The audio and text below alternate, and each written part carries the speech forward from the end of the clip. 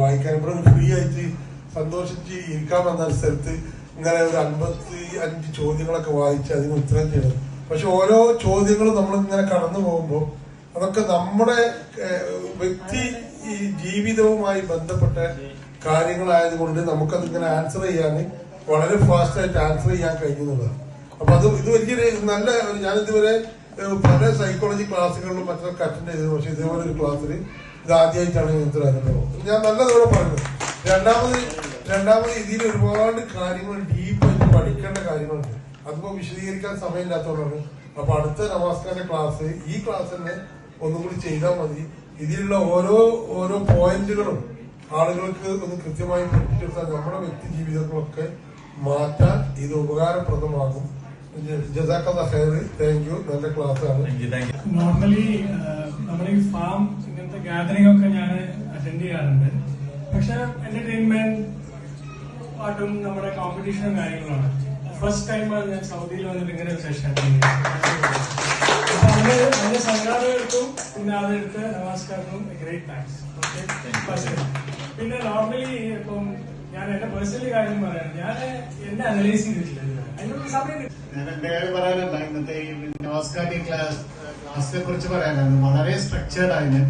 Even ക്വസ്റ്റ്യൻസും ഇപ്പൊ പറഞ്ഞ പോലെ നമുക്ക് നമ്മളെ കുറിച്ച് ഈ തിരക്കിന്റെ ഇടയിൽ ആൻസർ ചെയ്യാൻ പറ്റിയിട്ടില്ല. അപ്പൊ ഒരു അനാലിസിസിനുള്ള ഒരു നല്ലൊരു അവസരമായിരുന്നു. ഇന്ന് രാവിലത്തെ അഫ്താബിന്റെ ക്ലാസ് മുതൽ ഇതും നല്ല വെൽ കണക്റ്റഡ് ആണ്. മാത്രമല്ല നവാസ്കാരി അവതരിപ്പിച്ചത് വളരെ സ്ട്രക്ചേർഡ് ആയിട്ടാണ്. 1, 2, 3, 4, 5 സെറ്റാക്കിയിട്ട് വളരെ ഇഷ്ടപ്പെട്ടത്. ഇതിനെ കൂടുതൽ നമ്മുടെ ജീവിതത്തിൽ പകർത്താനും അത് തിരിച്ചറിയാനും പകർത്തുന്നതിന് ഉപയോഗിക്കട്ടെ എന്ന് ആശംസിക്കുന്നു. Thank you very much.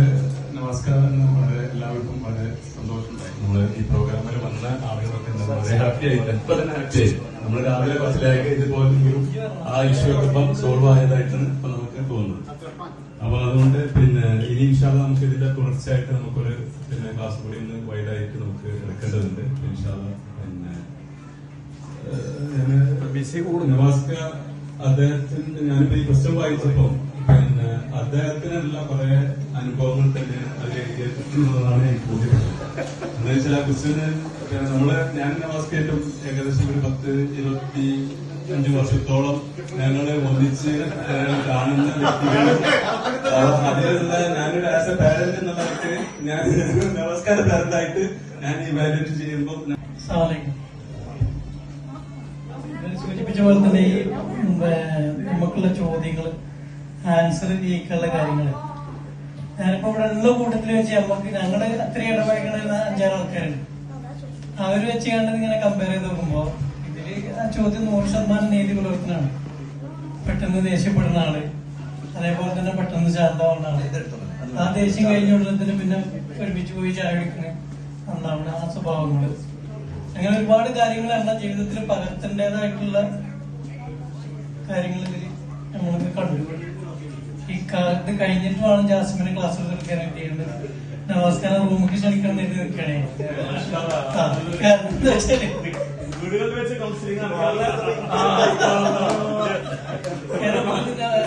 ജാസ്മിനൊക്കെ ജീവിതത്തിൽ ഒരുപാട് വ്യത്യാസങ്ങൾ സംഭവിക്കും ഇങ്ങനത്തെ ക്ലാസ്സുകൾ ഉണ്ടായാലും. അപ്പൊ അതിനുള്ള ശ്രമം നടത്തണം എന്നാണ് ആഗ്രഹിക്കുന്നത്. Thank you.